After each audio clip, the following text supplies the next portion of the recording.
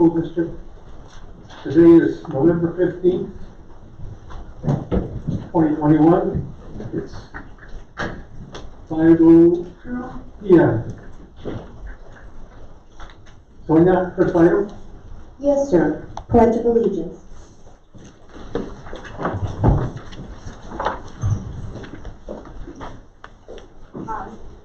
I pledge allegiance to the flag of the United States of America and to the republic for which it stands, one nation, under God, indivisible, with liberty and justice for all. Honor the Texas flag. I pledge allegiance to the Texas, one state, under God, one and indivisible.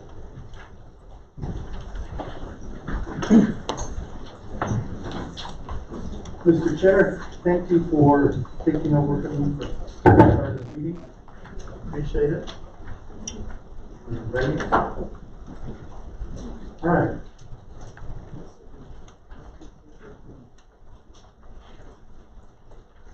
Sonia, next agenda item.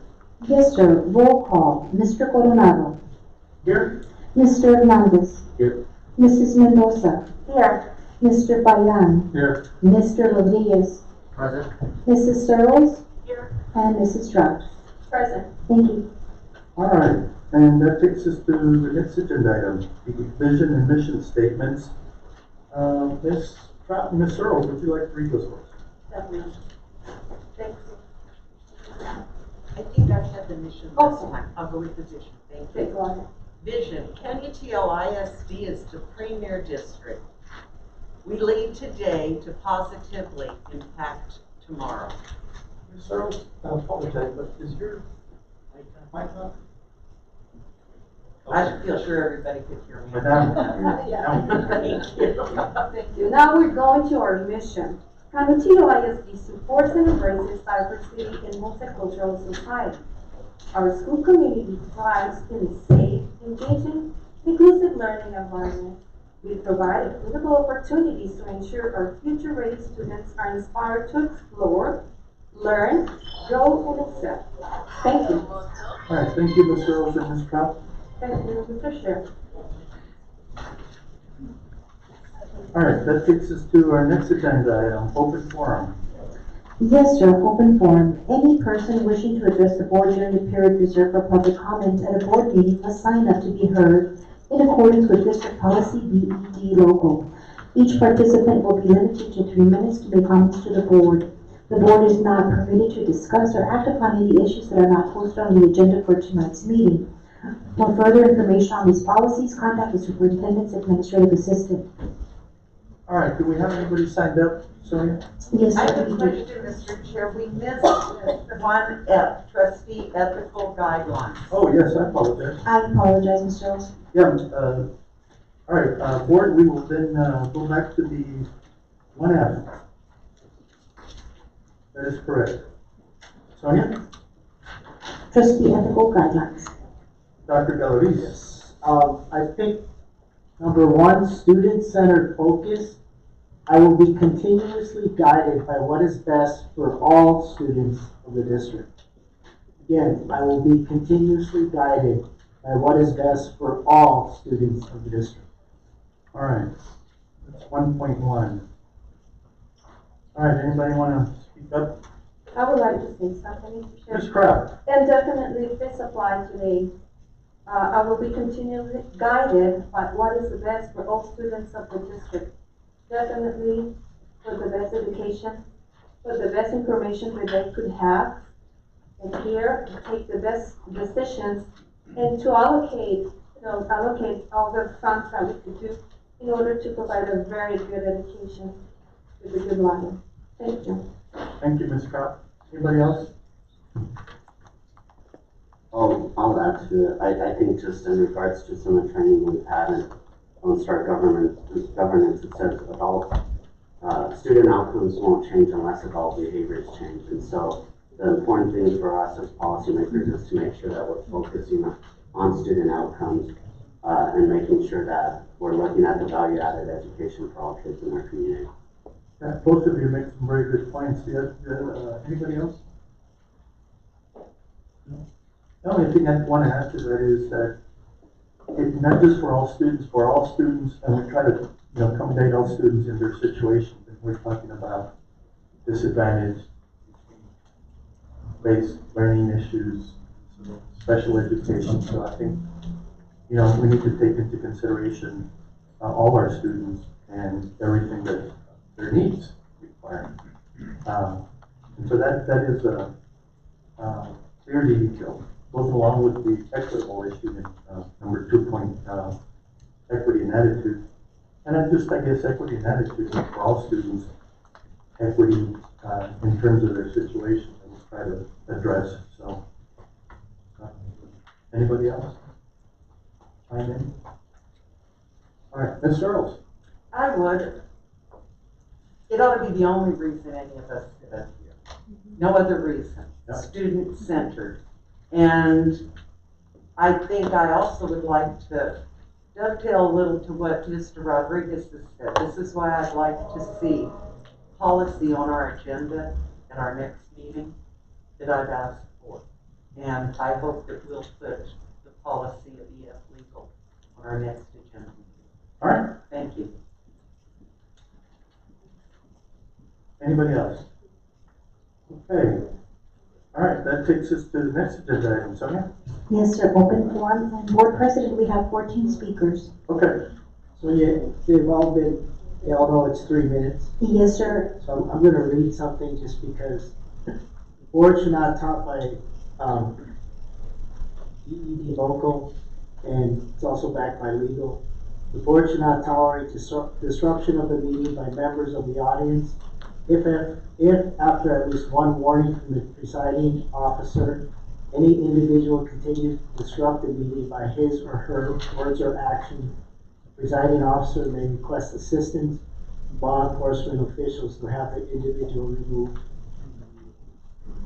All right, and everybody was aware of our policy, is that correct, Sonia?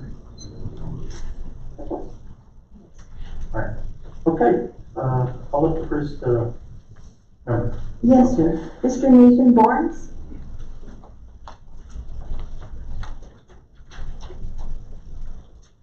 I'd like my comments to be part of the official records. My name is Nathan Barnes, and I'm speaking tonight in objection of the book Genderqueer being in our school library. Excuse me, Mr. Nathan, your microphone is not on. How do I turn it on? I'm sorry to interrupt you. Thank you.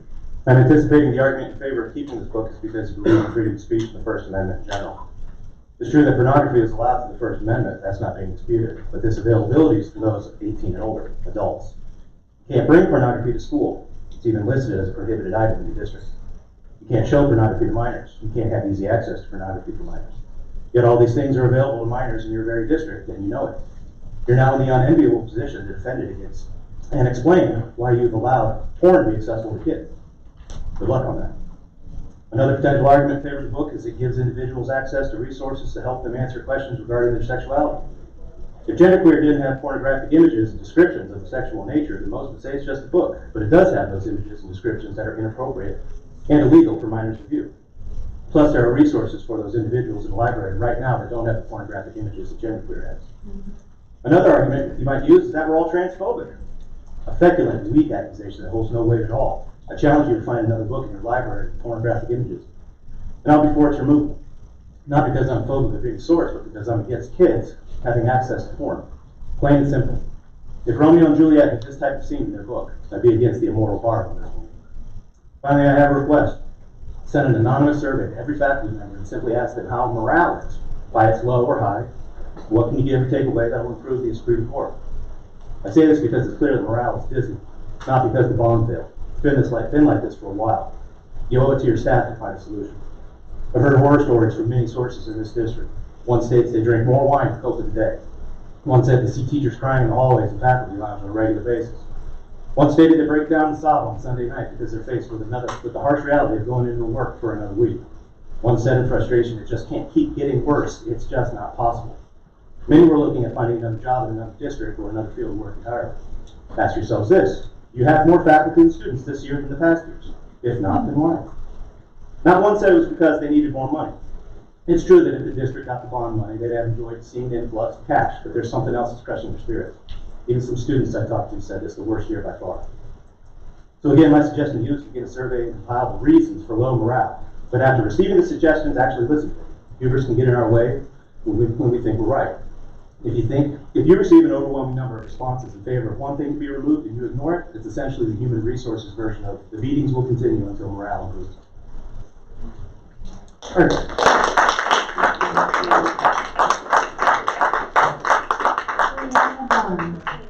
Thanks. Brianna Barnes.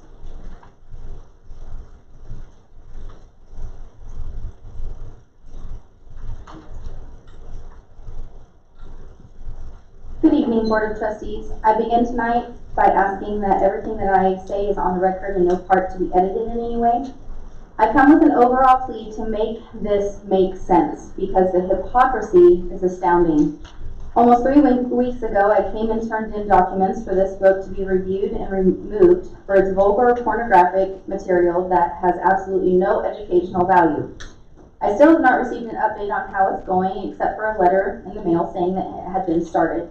I realized after the fact that I shouldn't have even had to go through that process. The library book was not checked out to me by the librarian because they weren't required to since it isn't instructional material inside the classroom. The entire review process in the EF Local and Legal is over instructional materials. There is no particular review process in place for instructional or educational resources such as library books. The legal protocol also states that the ultimate decision lies with the board. Therefore, Board, I ask you to take a stand and get this book and any other pornographic material inside of our classrooms or libraries off of the shelves. Hypocrisy example number 1. We talk regularly about wanting parents to be involved in their children's education, but this must only be if they're agreeing with what you are doing. When I called to reference this book, I was treated like an enemy. Please make this make sense. We need to have a policy in place for parents and community members to reference materials when we inquire with concerns about them. Let's make this process truly transparent to keep parents involved in their children's education. Hypocrisy example number 2. The district places filters on students' devices at school to keep them from looking up inappropriate material while they're at school, but then we're allowing them to access pornographic material in our own library. Please make this make sense. Hypocrisy example number 3. CISD's student handbook has pornography listed as a prohibited item along with guns, weapons, and fireworks. If students bring it, wear it, watch it, or draw it, there will be consequences for them at school for breaking the rules. Again, it's only okay if we're granting them access to it. What draws the line between appropriate and inappropriate pornographic material? Please make this make sense. Board, the hypocrisy is appalling. This has nothing to do with LGBTQ community versus heterosexual community. This is about the difference between right and wrong. Please do what is right for our children in CISD by taking action and voting to have this book and any others like it removed. Just a reminder, exposing children to pornographic material is considered child abuse under Texas state law. Thank you.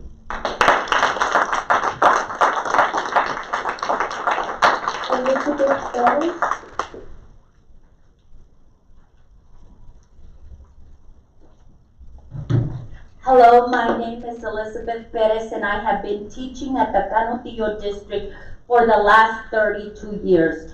We want to thank the Canutillo community for standing strong and seeing clearly through the muck of deceit and half-truths. Today I am here to remind you that the community has spoken, 67% of us. I am here to make you understand our actions in words. If you have not understood yet or have decided to dig your heels and blame us, guilt trip us for your misguided decisions, we are here to tell you what our actions mean in words. Our vote meant we do not have confidence in your leadership. We do not have confidence in your ability to spend our hard-earned monies. We do not have confidence in your decision making. We do not have confidence in your ability to speak the truth. You've told us that the students come first and that their education is of utmost importance to you. Yet you litter our libraries with pornographic books and literature. This central office relishes in these books and has no quarrel in presenting this poison. You all have no quarrel in presenting this porn as an acceptable, lucrative lifestyle. Enough is enough. As a directive of Governor Abbott says, and I quote, "The presence of pornography in school is not only inappropriate, but it is also against the law. In Texas, it is illegal to provide pornography to anyone under the age of 18, according to the section 43.24 of Texas Penal Code. Therefore, stop. Educate.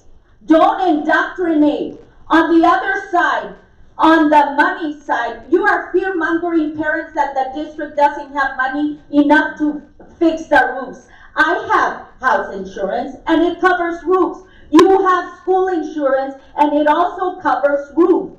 Call them up and fix the roofs and stop making our children suffer. You tell parents that the district doesn't have any money. If at any time in history the district has money, it is now. 3 allotments of ESSER, 1 allotment of the American Relief in the millions. The outlet, you get taxes from the outlet mall, Town West, Marketplace, and thousands of homes. You have the money, or are you mismanaging that too? It is time for our community to heal. It is time for our community to trust again. But as long as you are here, we don't trust. It is time for you to leave.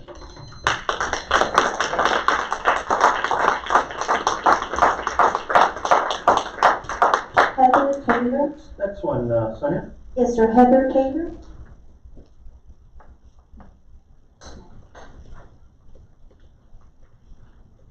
Good evening, board and representing everybody that's shown up tonight. My name is Heather Taylor. I'm a parent of 3 children in the KU Independent School District. And I'm just going to be short and sweet. Just wanted to say that I have been made aware of this book that is available in the high school. And I am completely against it. Once again, it is just strictly pornography. It is not literature that any child needs to read. It is abhorrent. If all the parents knew about this, you guys wouldn't be able to fit them all in here at the rush at the door. I think that we're a community and we're supposed to work as a democracy, and the majority rules. I don't think the majority is being heard. I really wish that you would get this removed quickly so we don't have to have the majority come in here. I don't want to have to get any louder. I don't want our voices to be heard any louder than this. I hope that it can be solved quickly. And thank you. Thank you. Calvin Taylor?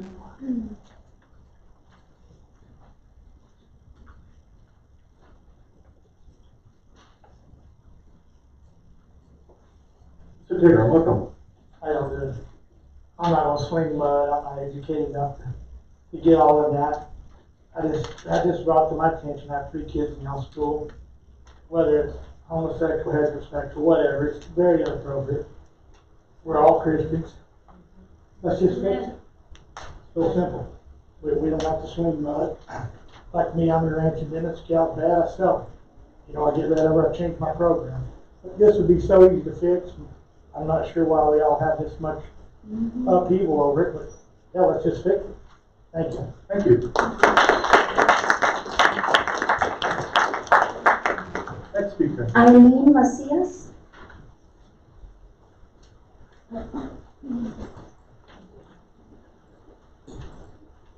Good evening, members of the board. I'm Dr. Danalis, Mr. Coronado, and everyone. My name is Eileen Macias. I used to be a proud WPO alum until I saw the images of this book that's being promoted in her library.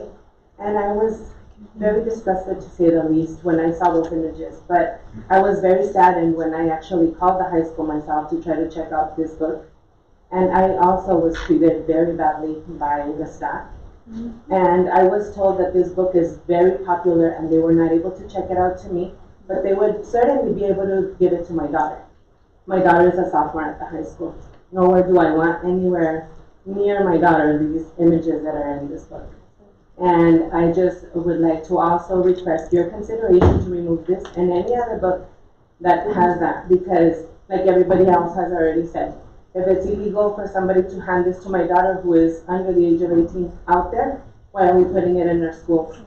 Vision and mission statement said it's for the kids and the safe environment. This used to be, schools are supposed to be a safe environment for our kids.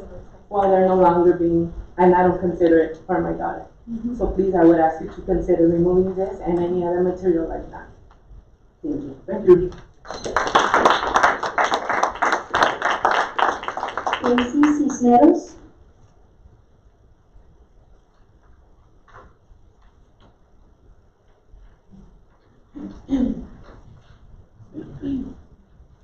Welcome, Mrs. Miller. Thank you. So you already know who I am. I've been here many other times before. I'm here for the same reason that these people are, and rightly so.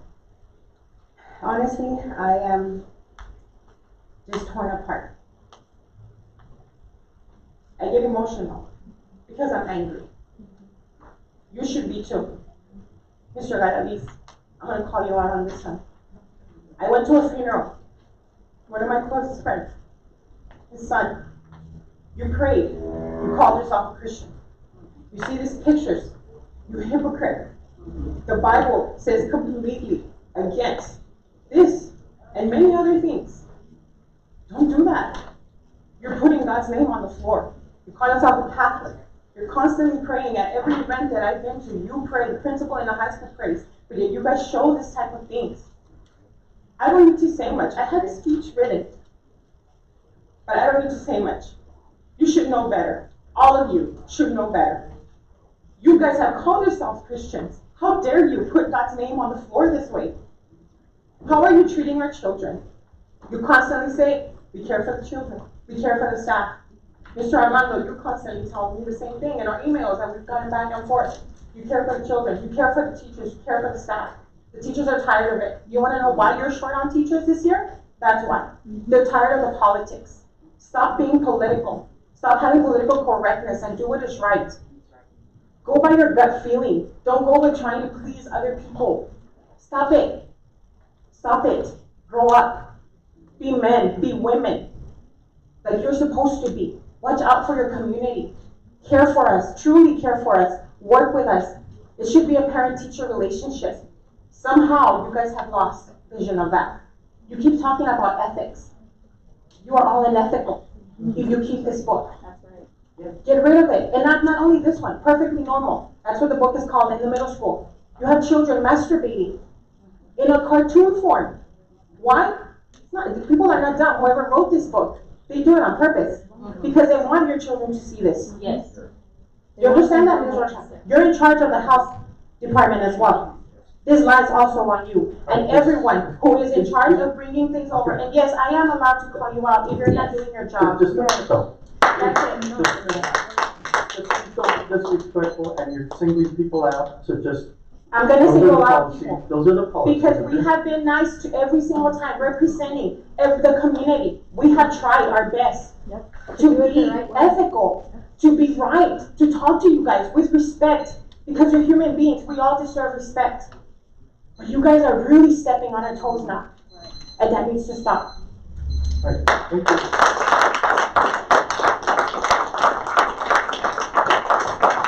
Rebecca Vasquez. Next one. Rebecca Vasquez. All right, Ms. Vasquez, welcome. Hi, good evening. My name is Rebecca Vasquez. I was a former student for the Canopio district. And so I am in opposition of this pornographic book being in our library as well. And so I will be reading this letter from our governor, Greg Abbott, to you. It says, Dear Commissioner Mora, I'm writing to you about recent revelations that Texas students have been exposed to pornographic books and content in Texas public schools. In a previous letter, I directed the Texas Education Agency along with the State Board of Education and the Texas State Library and Archive Commission to begin developing statewide standards to prevent the presence of pornography and other obscene content in Texas public schools. These standards will be vital in shielding Texas children from this inappropriate content while in a Texas public school. However, while these standards are being developed, more immediate action is needed to protect Texas students. The presence of pornography in schools is not only inappropriate, but it is also against the law. The fact that pornographic material that serves no educational purpose has been made available to students in Texas public schools is a clear violation of the law. While the Texas Association of Texas Board has refused to assist their member school boards to address this issue, the state of Texas must act for the sake of Texas students and parents. That is why I'm directing the Texas Education Agency to investigate any criminal activity in our public schools involving the availability of pornography. During this investigation, I asked the agency to refer any instance of pornography being provided to minors under the age of 18 for prosecution to the fullest extent of the law. We have a responsibility to ensure that no Texas child is exposed to pornography or obscene content while in a Texas public school, and your investigation will help accomplish this mission. Sincerely, Greg Abbott. And so with that being said, I want to emphasize how when I heard this, it is very disgusting that we have such books for young people whose brains are not fully developed, and that they are being that they're able to check out a book like that. It is very disgusting and should not be allowed in any way. Our children are young, and that really is not a form of education to have books like that. And it's not good education for sure. And so I just want to say that. Thank you. Thank you.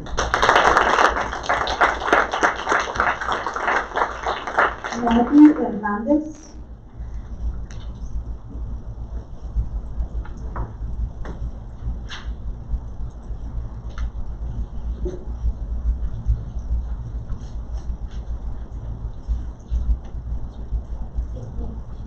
Welcome. I echo the same message as the previous speakers. The opening statement. Excuse me again. Can you hear me? I can hear you very well, yeah. The opening statement to start this meeting indicated that we're here to impact students in a positive way. At no point have I ever seen that porn impacts students in a positive way. So I ask that this book be removed. I ask that you think about your grandchildren, your children, your nieces and your nephews, if you feel comfortable with having this book out in plain sight for them to view. If not, then I suggest that it be removed immediately. We constantly talk about search engines and how they're filtered so that our students aren't exposed to content that is inappropriate. If that's the case, then you should be doing the same thing. Thank you. Thank you.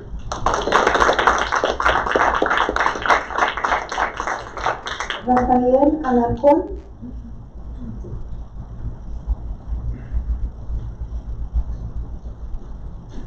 Thank you. My name is Rafael Alarcón. I'm here in support of all the mothers and fathers that are against this pornography you guys are exposing for our students. If you give me a second to explain, I'll come back full circle, but allow me to give a brief description. And this is more for the parents than it is for you guys. So we do have a problem, parents, and it starts at the top, right? We have a Mr. Alarcón, you're addressing the board. Okay, well, I'm addressing them as well, but however you like it. Yeah, well, you need to address it. So parents, and you guys are parents as well, because we have a top-down problem, right?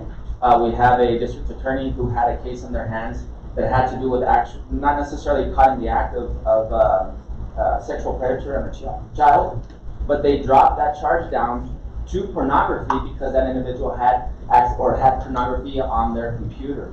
Okay, and I think that's more specifically towards the fact that the district attorney didn't have the experience to be able to prosecute or withhold the prosecution for that long. Secondly, you guys have information that you guys are putting onto like iPads, desktops, all sorts of stuff, and kids are hacking into these desktops, downloading pictures of teachers, access to all sorts of information. But instead of doing what's right, the teachers are now being held captive because the parents are going to say, well, you know what, I'm going to come back and I'm going to expose you. I'm going to expose everything that you let my son or daughter have access to. And because of that, you guys aren't doing anything. Now, I think that's wrong, and that's what I'm saying. It's a top-down. You should be defending the teachers that are good and, you know, obviously punishing those who aren't. We need to stop doing that. Not only that, but we have kids that are giving pornography from all sorts of places, like taking pictures of each other and disseminating through telephones and through email and through all of these things, right? And then lastly, you can verify all this. All the people, all the news agencies that are here, they can verify this. If they want to go talk to a district attorney, they want to go talk to CISD, Canutillo. Almost every single school district here, it starts from the top going down, and that's where we're having a decay. I probably didn't say it as well as I wanted to, but the fact is that it all starts in the education. If we have supplied pornography in our libraries, when they get older, when they get in the levels that you are in, or in the levels of the district attorney, what do you think is going to happen? They're going to say, well, it's acceptable up to this point. And then that point gets pushed up even further. And depending on how important you are, maybe you can get away with almost anything, right? I think it's time for an individuals, people to stand up and start saying, no, voting you guys out, voting people who are going to do something, be responsible for education, allowing them to come in and make these changes, especially here in Canutillo, because Canutillo was a good place to learn. I know a lot of people that graduated from Canutillo, that auditors, that were doctors, lawyers, have gone over the place, and now this is what it's turned to. Fighting for pornography in your school is ridiculous. All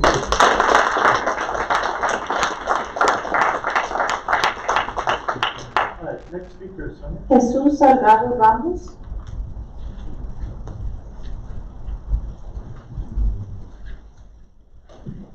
Mr. Ramos.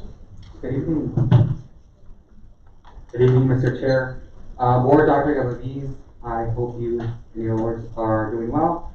As we did last year, we was shared an act by among members of our community in order to come to a consensus and make a community recommendation for the appointment of board officers. So the results are as follows. The poll states that they would like to see Patsy Mendoza reappointed to the position of board secretary, Lori Sears appointed to the position of vice president, and Blanca Chow appointed to the position of board president. We hope you take this recommendation into account when you make a motion and vote tonight. Thank you for your time. I appreciate it. Thank you.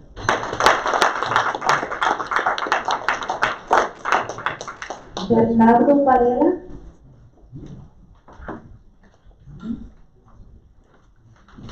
Mr. Bernardo Varela, Thank you for listening. I watched the COVID-19 Q&A with Dr. Galaviz and Dr. Ocaranza on November 12th. I heard it was all talking points about COVID-19 and not important updated information about COVID-19 that could help protect and inform our community. Also heard unvaccinated parents and students being blamed for COVID-19 spreading in Canutillo schools, which could possibly divide our students and parents. Fear-mongering is not going to prevent COVID-19 spread. Providing the community with updated factual scientific data will help understand COVID better. No one is talking about natural immunity after getting COVID-19. CDC just updated their site on natural immunity after getting COVID-19. COVID-19 is no one's fault. It's not the unvaccinated fault, vaccinated fault, unmasked, or the masked fault. Not even kind of CISD's fault. People are going to have to realize there's a high possibility of getting COVID-19, vaccinated or unvaccinated. Some people should be concerned about hospitalizations related to COVID-19, not necessarily testing positive for COVID-19. People who have the COVID-19 vaccine can even possibly infect others with COVID, not just the unvaccinated. COVID-19 vaccine is to prevent hospitalizations and possibly death, not preventing getting the COVID-19 virus. It's even possible COVID-19 could stay with the person for over a year vaccinated. I provided COVID-19 studies to the school board and CISD in hopes of helping inform our community. But instead, our community got blamed for COVID-19 spread in schools and informed with old talking points. I have an attorney sent an email to CDC asking for some information. This is from the attorney to the CDC. Received your September 2nd, 2021 Freedom of Information Act request on September 2nd, 2021. This is an attorney asking for the information. Documents reflecting any documented cases of the individual who, 1, received COVID-19 vaccine, 2, was infected with COVID-19 once, recovered, and then later became affected again, and 3, transmitted SARS-CoV-2 to another person when reinfected. And this is the CDC's response. A search of our records failed to reveal any documentation pertaining to your request. The CDC Emergency Operations Center conveyed that this information is not collected. And the reason this is important because unvaccinated people that might have natural immunity to COVID are being blamed for passing COVID to other people. And that could divide the parents and the students, especially the students when they're in class. When they say, did you get your vaccine? Yes, because it's gonna be a cool thing to get your vaccine. That's what, the candidacy of CISD is pushed to make it a cool thing. It's not a cool thing to get the vaccine. And if you look at El Paso's on COVID data, 12 and under, there's been 0 deaths of kids, 0 deaths. They've all recovered from, excuse me. Thank you for your time and listening. And thank you, parents.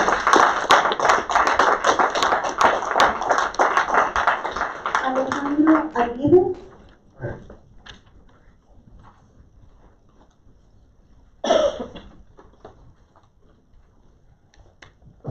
Welcome. Good evening, board members of the school board committee. I would first like to thank the board for their time in hearing about my son. Ethan is an 11-year-old boy with severe disabilities. If you do not know him, you will, if you visit his school. With his loud, happy screams and his bright smiles, it's hard to forget a face like his. He requires full assistance to do most, if not all, of his daily activities. He is wheelchair bound and requires the need and attention of everyone in order to progress. And that's why I'm here. Since my son was put in a smaller classroom with Miss Spencer, Ethan has progressed faster this year than any prior year in County Independent School District. Even from the shutdown we suffered as a community from early 2020, my son was still able to progress with Miss Spencer. Not that the teachers the prior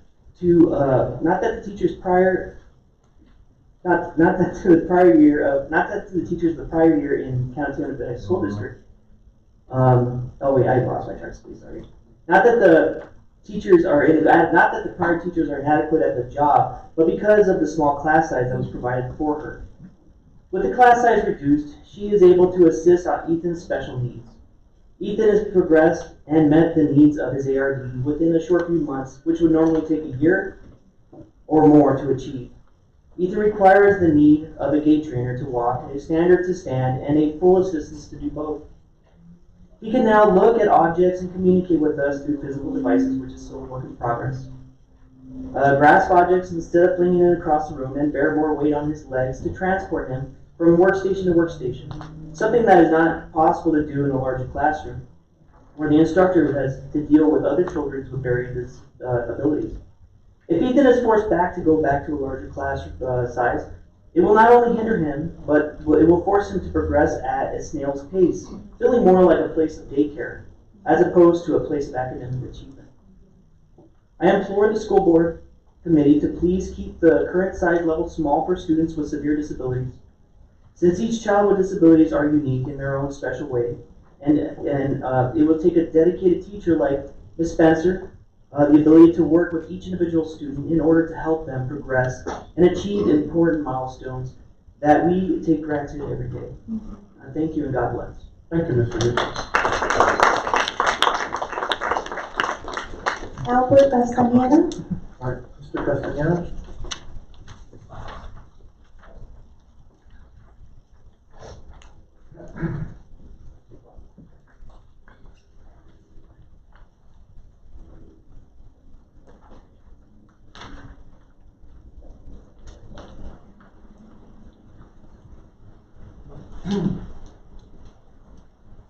Good evening.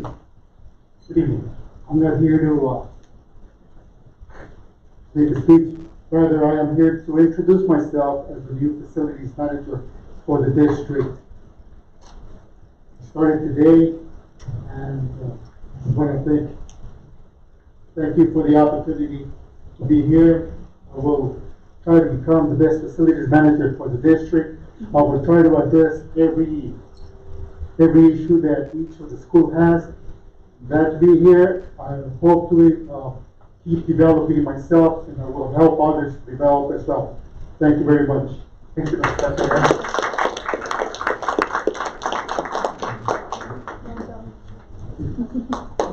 Yes. Next speaker, Sonia. Ms. Marty Rocha.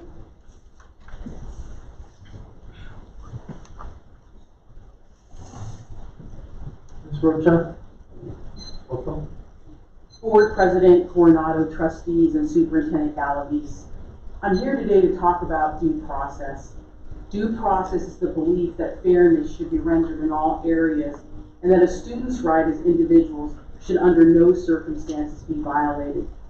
Tonight I speak for the voiceless students who are too afraid to come here tonight because they fear they will be mocked or retaliated against.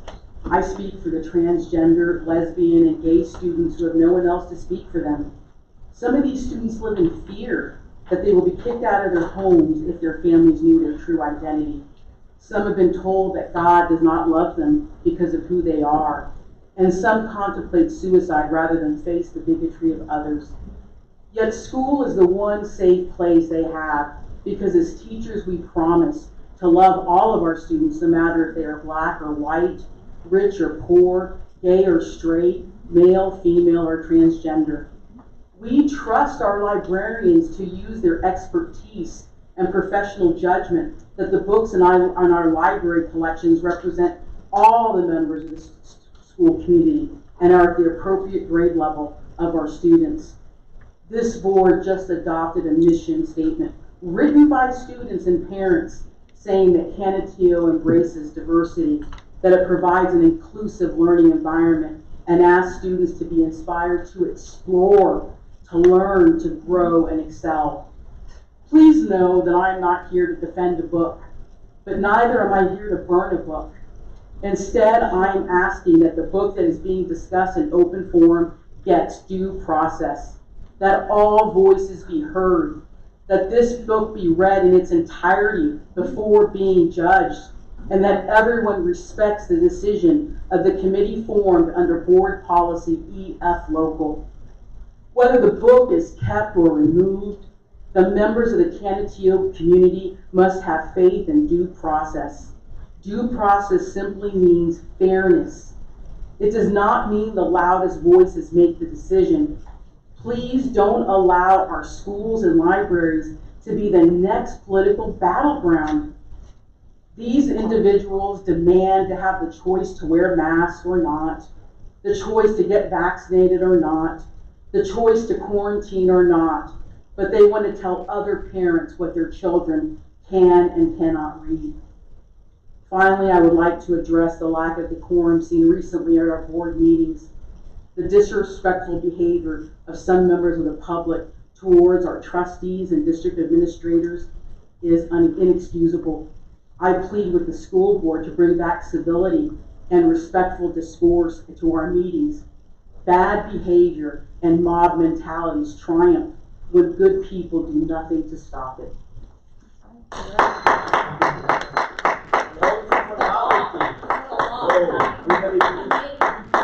Quiet, okay? We need to maintain decorum, okay? This is a public meeting. That was my vocal clap. Excuse me? That was my vocal clap, no pornography. Okay, please, you're not allowed to disrupt the meeting, sir, okay? I'm not, I was just clapping vocally.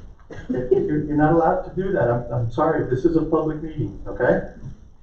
And if you do that again, I will, I'm gonna be asking you to leave, okay? This is a public meeting, and we need to maintain that decorum. Please be respectful, okay? That's all I ask.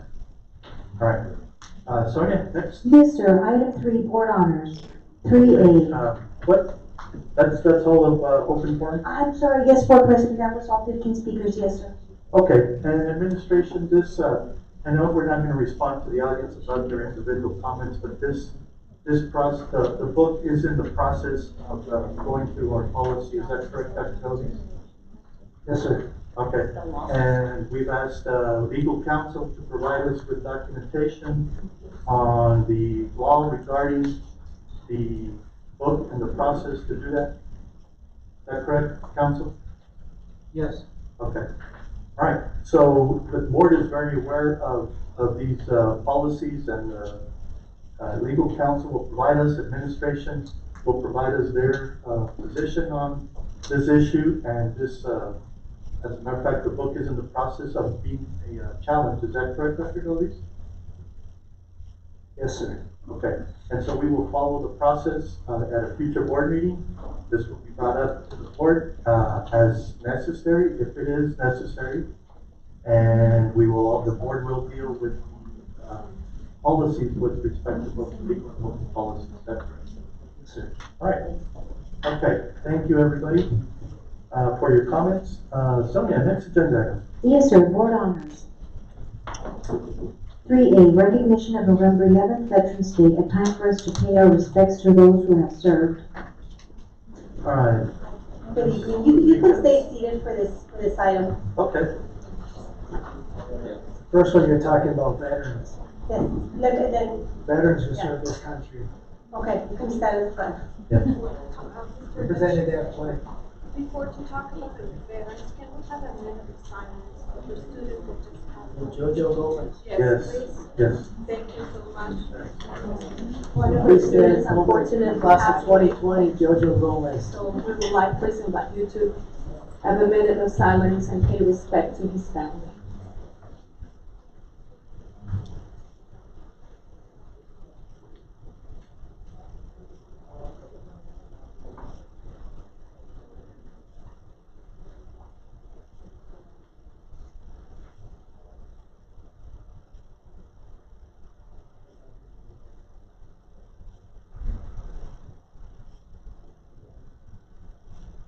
All right, thank you, everyone. Thank you, Mr. Chair.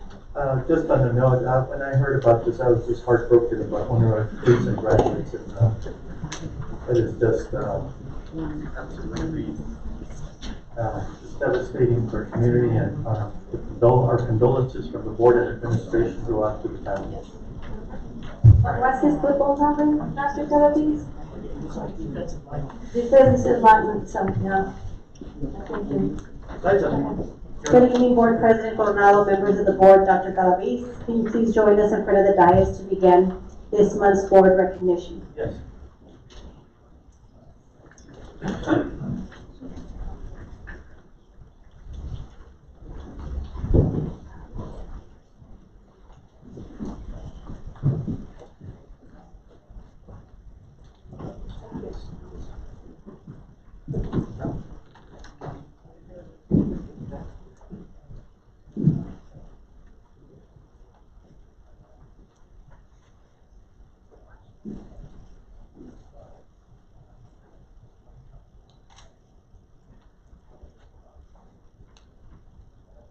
Last week, students at our campuses learned about the significance, bravery, and commitment of our country's veterans and honored our nation's heroes with various activities and ceremonies. In recognition of Veterans Day, which was held on November 11th, tonight we celebrate and honor the service of those who have served in our nation's armed forces. Tonight we'd like to recognize Board Vice President Sal Payan and Dr. Pedro Galavis, and anyone else present who is or who has served in the armed forces. Please stand to be recognized.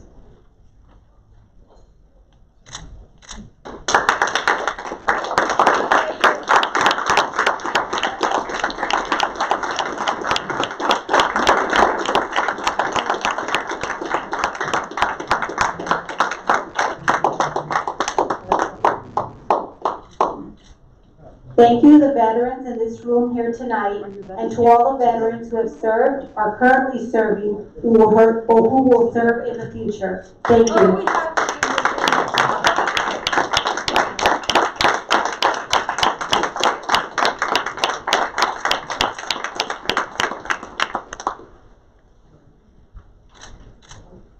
A little tighter to do a. Yeah, that's is that everybody, anybody else in the audience that has served in the military? What is your?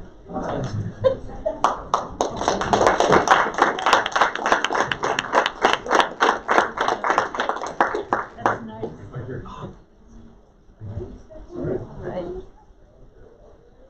We could get a little tighter on this side here, please. Just move a little bit in there. There you go.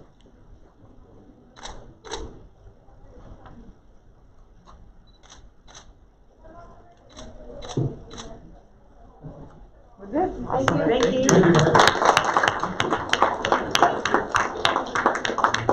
Thank you, members. This concludes this month's recognitions. Thank you so much. Thank you for your service.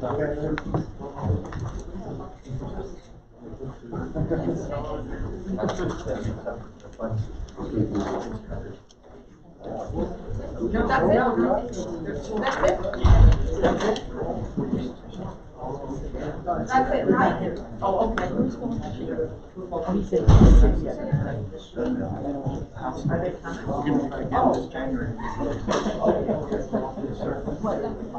What's it, the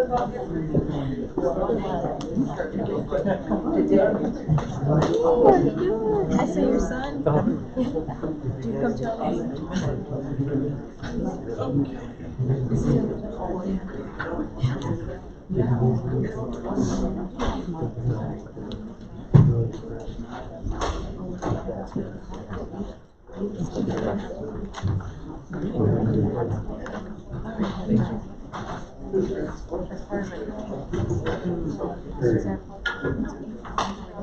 Sonia, and that, everybody here, oh, this is the legal thing. Okay, good.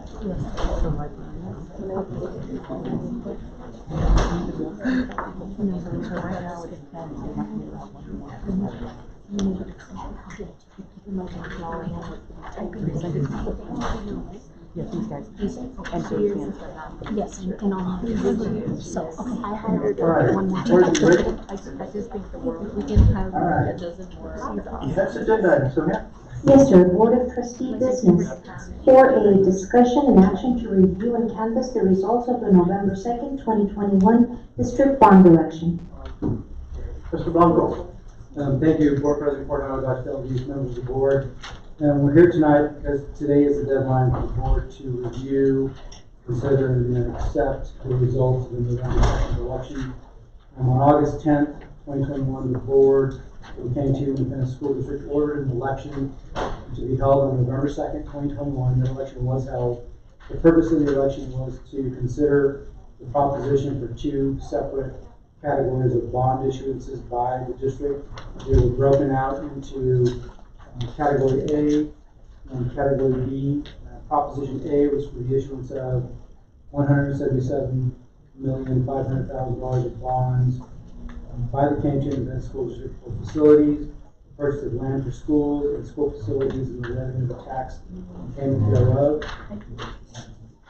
Proposition B was for the issuance of $10 million of refunding bonds by the Kankakee Independent School District for the purpose of refunding all or a portion of the principal and or interest on certain previously issued maintenance tax obligations of the district style Kankakee Independent School District Maintenance Tax Notes Series 2020. The election was held and the results have been certified by the County Elections Office. With respect to Proposition A, the votes for the proposition were a total of 476 in favor of and 583 against. And for the early voting for that same proposition was 302 for and 277 against. The results of that election were 579 votes in favor of the proposition and 1,059 votes against the proposition. As a result, Proposition A failed on the election day. With respect to Proposition B, the votes were 308 early votes in favor of and 262 election day votes in favor of. And there were 468 early votes against Proposition B and 594 election day votes against Proposition B. The totals being 570 votes in favor of Proposition B and 1,062 votes against Proposition B. As a result of those totals, Proposition B also failed and was not passed by the community. At this time, the board has received in your board packet the resolution certifying and canvassing the results and declaring the completion of that election. Do you all have any questions about the election? Board, any questions about the election? I do want to include a public statement on this, if I might have the time. All right. And it's regards to this issue I talked to council about. All right, okay. It's sad to see that one of my colleagues, Lori Searles, works against the bond with others in the community. Some of these individuals listed below. The way this was done troubles me, and certain specific issues I feel should be made publicly known. I do give credit to Mr. John Joyner for manning up to some signs that he created, even though he didn't follow proper campaign finance laws and ethics rules. Several were placed around the community and some in his front yard. Another example is Ms. Bettis and Ms. Barnes. And I'm sure others dropping leaflets to voters across the district also did not follow campaign finance laws and ethics rules. Several witnesses came to us and others provided video of ring doorbells. The hypocrisy of these two are sad, especially when they try to preach the good but obviously follow the bad. Here are two examples of that.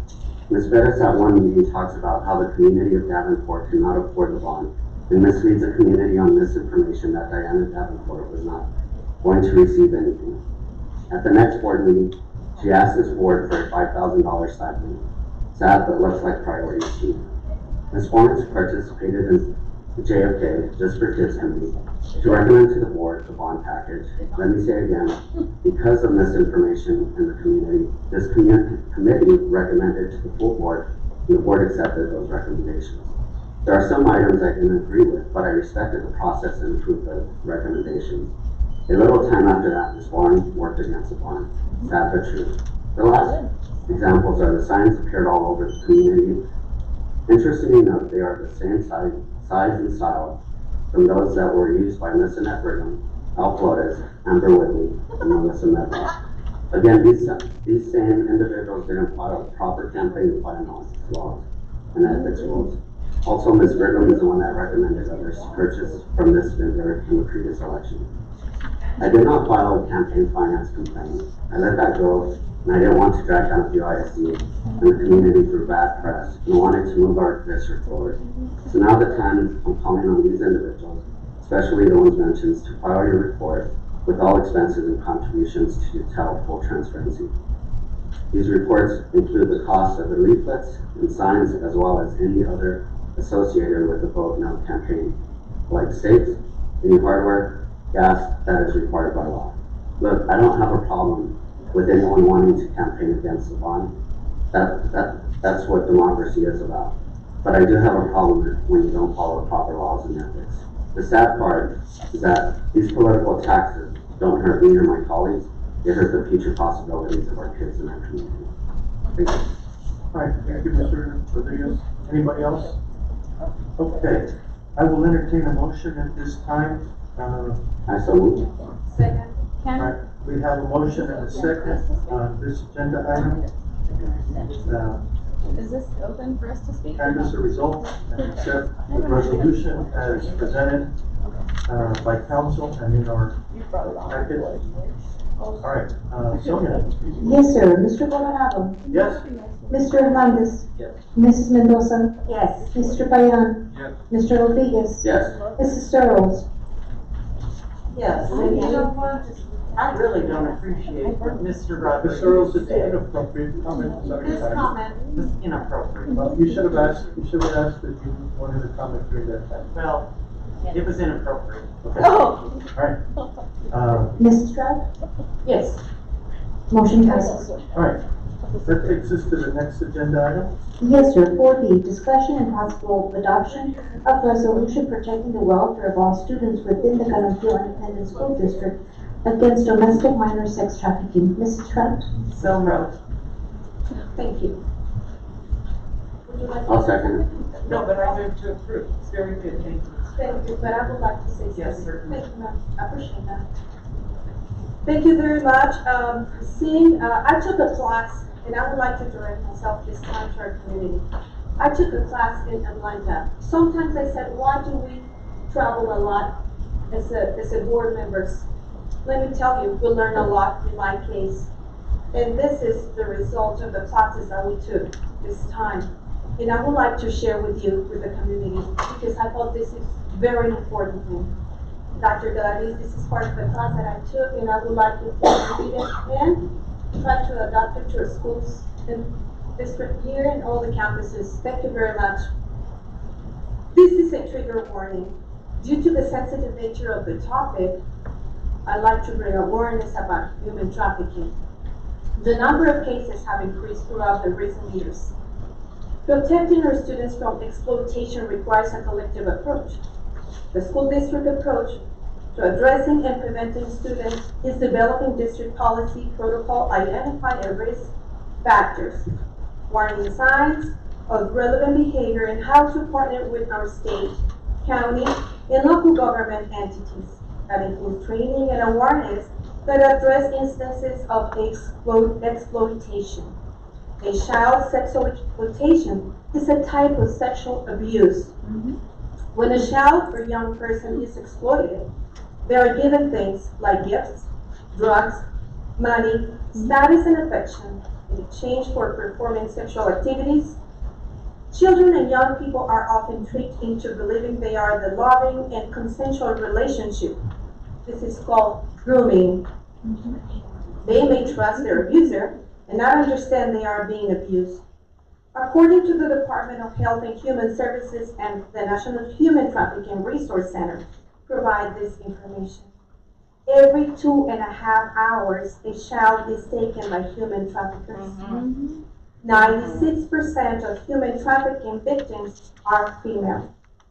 50% of the trafficking victims are children. Every trafficked child is purchased for sex more than 5 times a day. 12 to 14 is an average age of entry to a commercial sexual exploitation of children. Girls as young as 6 have been recovered from victimization. Majority female. However, transgender youth are at greater risk.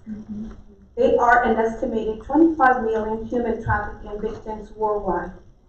Many of them are transported on airplanes. What can we do? Trainings and community awareness events, advocacy, education or best practice. Place posters at the eye level in every campus to inform our students with phone number to report. Dr. Galaviz, and I would like to underline this. It will be nice if we can put these posters in all our campuses, so in case that any child would like to make a report for any abuser, they could have by hand the phone number to report. Awesome. Thank you, Dr. Galaviz.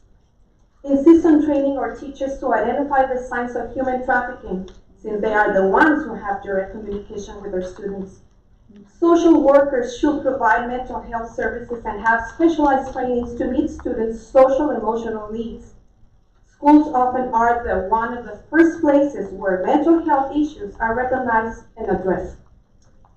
The school board role is to develop and adopt policies which include identify the areas of need for student victims, collaborate with government agencies and law enforcement, engage community support and advocacy, give direction to administration to develop an implementation of protocol, provide targeted support for students, educate all school personnel on DMST, domestic minor sex trafficking, risk factors and trauma, and inform approach to support students. Let's protect our children by providing them support, security, and safety. It is our job as adults to protect and take care of them. They deserve all our love and care. Our commitment is to provide a life free of danger. For more information to make a report, contact the National Human Trafficking Hotline, toll-free number 888-373-7888. Again, 888-373-7888.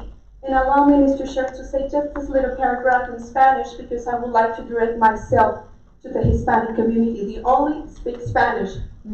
Es una situación muy alarmante y les pido por favor a los padres que cuiden mucho a sus hijos porque es real lo que está sucediendo. Así que proteger a nuestros hijos y proveyéndoles la seguridad y protección que ellos se merecen es nuestro trabajo como adultos, protegerlos y cuidarlos. Ellos se merecen todo nuestro amor y todo nuestro cuidado. Nuestro compromiso es proveerles libre esta vida de peligro. Para más información, contacte por favor a la línea de tráfico humano, que será una llamada gratis al 888-373-7888, nuevamente 888-373-7888. Thank you, Ms. Trout. Thank you. Thank you, Mr. Sheriff.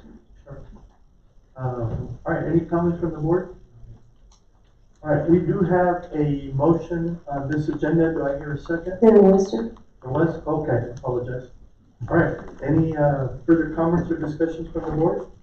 I would like to see the resolution is being read by the community, if they already know about this resolution, or the ones that are watching us, they know about this? Or maybe we could, as a trustees, we could read one line. This is very important, Mr. Chair. Sure, if you'd like to read that then. Yes. Whereas the Board of Trustees of the Canutillo Independent School District, consisting of 7 elected officials, it is governing body by Canutillo ISD. And whereas the Board of Trustees are committed to protecting the welfare of all students within the district, whereas domestic minor sex trafficking is the recruitment, harboring, transportation, provision, or obtaining of a person for the purpose of commercial sex act. Whereas addressing and preventing domestic minor sex trafficking requires a collective effort to train individuals internally and externally to the school system. Whereas prevention of domestic minor sex trafficking starts with the training of awareness of the warning signs and identification of behaviors of at-risk minors. Whereas in keeping with the Board of Trustees' paramount concern for all students throughout the district, the trustees adopt this resolution. Now, therefore, be it resolved, the Canutillo ISD Board of Trustees adopt following resolution. It shall be the policy of the Canutillo ISD Board of Trustees that any person employed by Canutillo, including but not limited to the contractors, consultants, and volunteers, must report instances of domestic minor sex trafficking to the individual point of contact within any given campus incident response team alignment with the set procedures. Persons making such reports are immune for any civil or criminal liability that might be otherwise imposed. The Board of Trustees join and support the State Board of Education in its adoption rule HB 111-TEC subsection 38004C, providing instruction for the prevention and awareness of minor sex trafficking. The Board of Trustees adopts this resolution for the purpose of bringing awareness and education regarding this topic, and to further implement the instruction required by the State Board of Education, and further the Board of Trustees support the Board of Trustees intend to develop and adopt a policy providing awareness and education, including establishing the identification of warning signs for at-risk minors in order to prevent minor sex trafficking, and in order to provide appropriate referrals and services for the victims. The Board of Trustees shall post this resolution for the minutes of its November 15, 2021 regular school board meeting. The resolution shall become effective immediately upon this adoption. Thank you, Ms. Kraus. Ms. Earls? Yes, Mr. Chair, I'd like to ask Ms. Trout a question. Ms. Trout, which other 2 board members are executed with this on the agenda? I called the board president and I called the secretary. But did you have 2 board members? I'm just asking. 2 and myself. Myself and Ms. Mendoza. It is my Thank you. That makes 3. I appreciate that. That's all. Okay. All right, any other comments from the board? I also attended, and part of it was, I believe, Delta. Delta Airlines? Because this was out of Atlanta, and so Delta Airlines provided a huge campaign, because even within the airline, there's sometimes where there's a lot of trafficking going on. So I think it's important for us to take a stand, especially, and a good colleague of mine, which sits on the Atlanta Public School, is a big advocate of this, and she was one of the presenters. So I see the value in regards to how we can work across and the relationships we have across the country to bring this back to our community. Clearly, this is something that everybody should report. Just as a matter of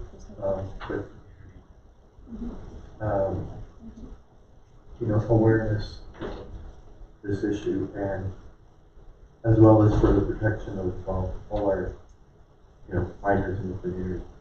And also, Mr. Chair, allow me, there are some classes for free from the FBI and the Department of Health as well, and the CPA.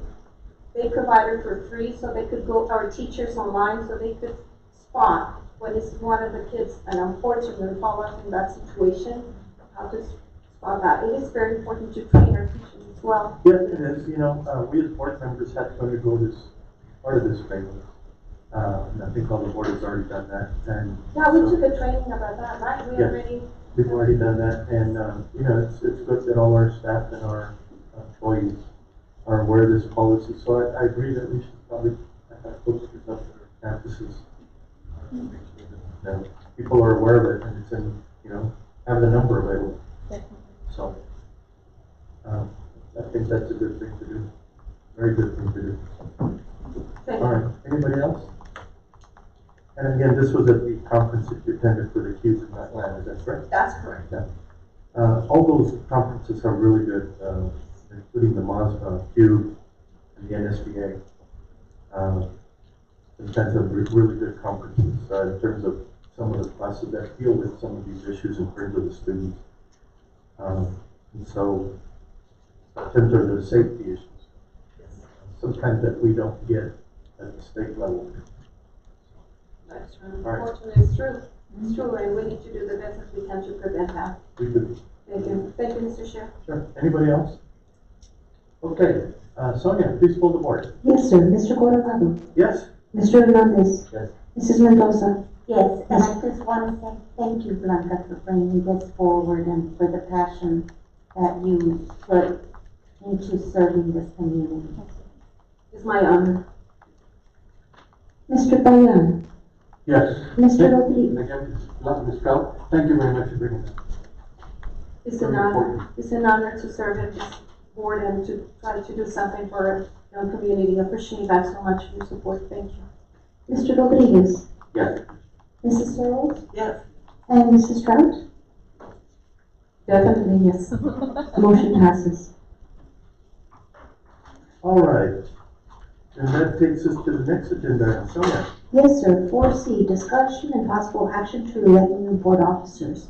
First position is the president. Mr. Chair, Mr. Rodriguez. I make the motion to continue with the same slate of officers. All right. We have a motion and a second on this agenda item. Any discussion from the board? All right, hearing none. Sonia, pull the board. Yes, sir. Mr. Coronado? Yes. Mr. Hernandez? Yes. Mrs. Mendoza? Yes. Mr. Bayan? Yes. Mr. Rodriguez? Yes. Mrs. Searles? I'd like to abstain, please. Mrs. Trout? Abstain. All right. Motion passes. All right, thank you, board. And that takes us to our next agenda item. Yes, sir. Consent agenda. Administration recommends approval as presented. Okay. So I'll entertain a motion to approve the consent agenda. We have a motion and a second. Agenda item 5. Sonia, please pull the board. Yes, sir. Mr. Coronado? Ms. Searles. Yes. Mr. Coronado, I'd like to remove number 5. Which is? 5A5. What is that? Approval of the budget amendment. Excuse me? Approval of budget amendment. All right, did you contact the administration? I did. Okay. All right. Yes, I spoke to Mr. Karski at length. I spoke to Mr. Bruno as well. Okay, and they were not able to satisfy your concerns? No. They were not? No. Okay, Mr. Karski? I have a question. Yeah, we gotta vote on the rest of it, and I have a question. Well, there's a motion before the board right now. Before we pull the board, then I'm gonna ask if the board members who made the motion, if you'll withdraw it so that we can take this item up, remove it first before we vote on it. Otherwise, we have to amend that motion. Is that correct, counsel? That's fine if you want to do it that way. And just for clarification, because of our constraint, the call was made, right? Yes, sir. Okay, then I'm okay with amending it to accept that. Thank you. All right, so then we have a motion to amend the motion to approve the consent agenda with the exception of item 5A5. Is that correct, Ms. Searles? Yes, sir. All right, so before we move on, I do have clarification in regards to the constraint. Is that to communicate with the superintendent or staff, and is that not being communicated? Okay. all right.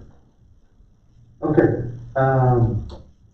then we will, vote first on the motion to amend. Do I hear a, motion from, somebody to amend and, second it to amend the, motion to approve the consent agenda?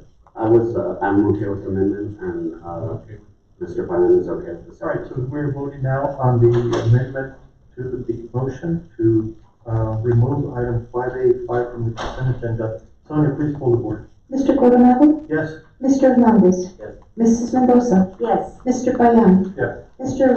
Rodriguez? Yes. Mrs. Searles? Yes. Mrs. Trout? Yes. Motion passes.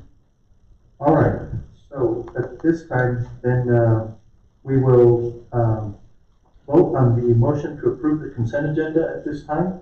Sonia? Yes, sir. Mr. Coronado? Yes? Mr. Hernandez? Yes. Mrs. Mendoza? Yes. Mr. Payan? Yes. Mr. Rodriguez? Yes. Mrs. Searles? Yes. And Mrs. Trout? Yes. Motion passes. All right, then we are in agenda item 5A5. Ms. Rose? So, I've asked for this to be removed. We've got a $300,000 budget amendment. That's a lot of money. And I called Ms. Pekarsky. She was very wonderful. We had a good talk about it, talked to Mr. Bruno. And this is going to be to purchase, so it says here, though we haven't voted on that, but the purpose of the budget amendment, so it reads, is to purchase 2 portable classrooms at Reyes Elementary to help the overcrowding. My question and my desire would be that this would be a temporary solution. In Canyon Teal, we have not been ever known to have portable classrooms in our schools. I spoke to Mr. Bruno. He, as well as myself, we both have blueprints for an addition for the Reyes School to add a wing to that school instead of give them a permanent temporary solution of portables. I understand we need the portables. I don't have a problem with that as a temporary solution. But I'd like to ask the board, and maybe I can get 2 other board members to agree with me, is that we bring this back at the next appropriate meeting, which hopefully would be soon, that we could discuss adding the wing on for a permanent solution for the people at Reyes, for our students. We just spoke about how students are first. They should be first. We have the money in our fund balance to do this. It would probably take 18 months to 2 years to build it.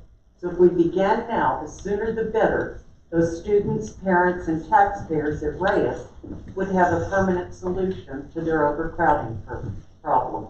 So I would like to see on the next agenda, could I get to it, Ms. Trout? Could you agree to something like that? Ms. Mendoza, could you agree to something like that? I've got 3 board members. I'd like to see that on our next agenda to discuss adding a wing to the Reyes School. I think we are going to be discussing all of those issues related to the. But that's specifically what I'm asking for. Nothing diluted, specifically. And I have 2 board members who just agree. That will get on the agenda item, Ms. Rose. Thank you very You're saying much. that we need to do it in conjunction with discussing. We need to do it immediately, and that's why I'm asking for it right now. And with that, I move to approve our budget amendments. All right, and we have a second? Second. All right. Okay. Thank you very much. Thank you, Mr. Rose. All right.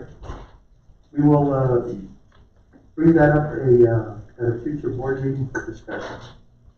And now I will entertain a motion to approve. And that was I Ms. just Searles made it. and Yes, Ms. sir. Trout that did that. So, Sonia, please pull the board. Yes, Mr. Coronado? Yes? Mr. Hernandez? Yes. Mrs. Mendoza? Yes. Mr. Payan? Yes. Mr. Rodriguez? Yes. Mrs. Searles? Yes. And Mrs. Trout? Ms. Trout? Yes. Motion passes. Okay, that takes us to the next agenda item. Yes, sir. Item 6, adjournment. At the time is 6:21. All right, and we are adjourned by unanimous consent of the board. Thank you, board, for the meeting. Appreciate your participation.